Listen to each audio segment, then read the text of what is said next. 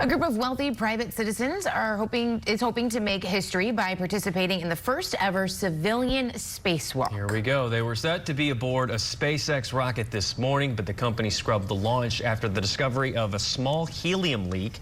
SpaceX is now targeting tomorrow morning for a new launch window. One person who knows a lot about spacewalking is Leroy Chiao. He's a retired NASA astronaut, and he's done 6 spacewalks before. Thank you so much for joining us. Always good to see you, Leroy. So on day 3, 2 passengers will step out into the void and float in space for 15 minutes. I think that's Jay's idea of zen and quiet time. First and foremost, though, what's it like stepping out into space? If you could explain it to anyone who has obviously never done it before, well, what's it like? Well, I would say that the one word that really describes is surreal. It's a surreal experience to get into a spacesuit and go outside into open space. The view is fantastic. Of course, you've been looking at the Earth through the windows. But just like here on Earth, if you go outside or stop the car and get out and you get your peripheral vision involved, it's that much better. So, and also I should point out that spacewalking, it's nothing at all like the movies. The movies give you the completely, except for the view, the movies give you a completely different, impression of what it's like. But you're an astronaut, and you trained a lot for that. These are civilians. Right. What goes into that preparation? Sure. And so, I know the folks at SpaceX. I don't know any details of how these folks were trained or about their spacesuit, but I know that they are very much dedicated to safety. They're technically excellent. And so I have confidence that these folks are ready to go out and do this. It does raise my eyebrows a bit that you've got this, non-professional crew, if you will, and they're going to go up and test a brand new spacesuit. They're going to depressurize the entire cabin of the spacecraft, and so there's some risk involved, obviously. There's risk involved in going into space, but once you put on a spacesuit and go outside, you get to another level of risk. But like I said, I have confidence in the SpaceX folks, so I think that this will probably go fine. I'm cheering for them, but it's it does kind of raise my eyebrows a little bit. Yeah, I bet. It raises mine a bit, too. So the crew has been training for 2 years, but aside from the physical training, I mean, I just think more about the mental part of it. As you're putting on this, you're getting ready to do it and you step out. Mentally, how does one prepare for that?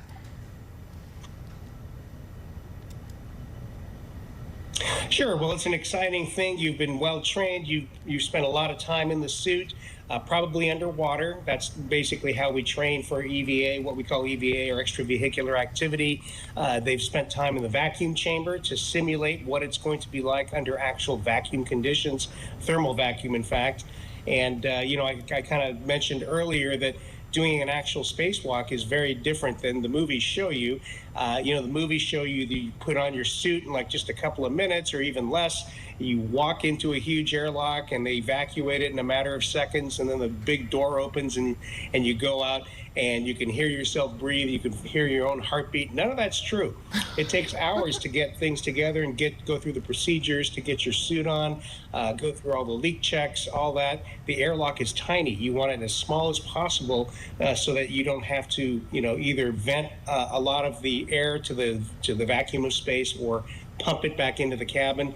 It takes a long time to go through, or a fair amount of time to go through the depressurization. You've got to stop at certain points and do leak checks.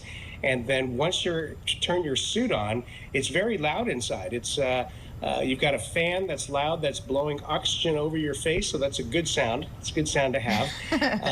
And the pressure in the U.S. suit is so low you can't even whistle. You can't pass enough molecules past your lips to whistle, so you're not hearing yourself breathe, and you're certainly not hearing your own heartbeat. So it's a very physical activity. You're working inside a balloon. Every time you move your arms and your fingers, it takes strength and energy to do that.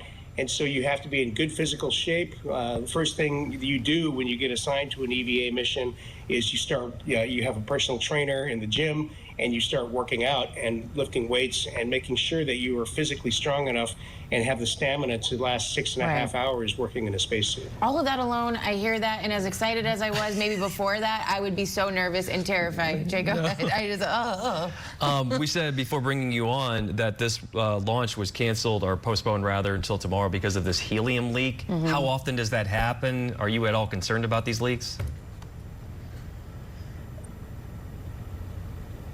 No, I mean, SpaceX has been launching with a regular cadence. I mean, every few days there's another SpaceX launch, usually satellites, of course.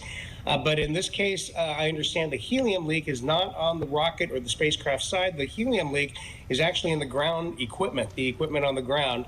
And so that's just, something, probably a leaky valve or something that they're taking time to make sure they get fixed properly. So sounds like they're going to go. There's just a 24-hour turnaround, so it sounds like they're going to go tomorrow morning.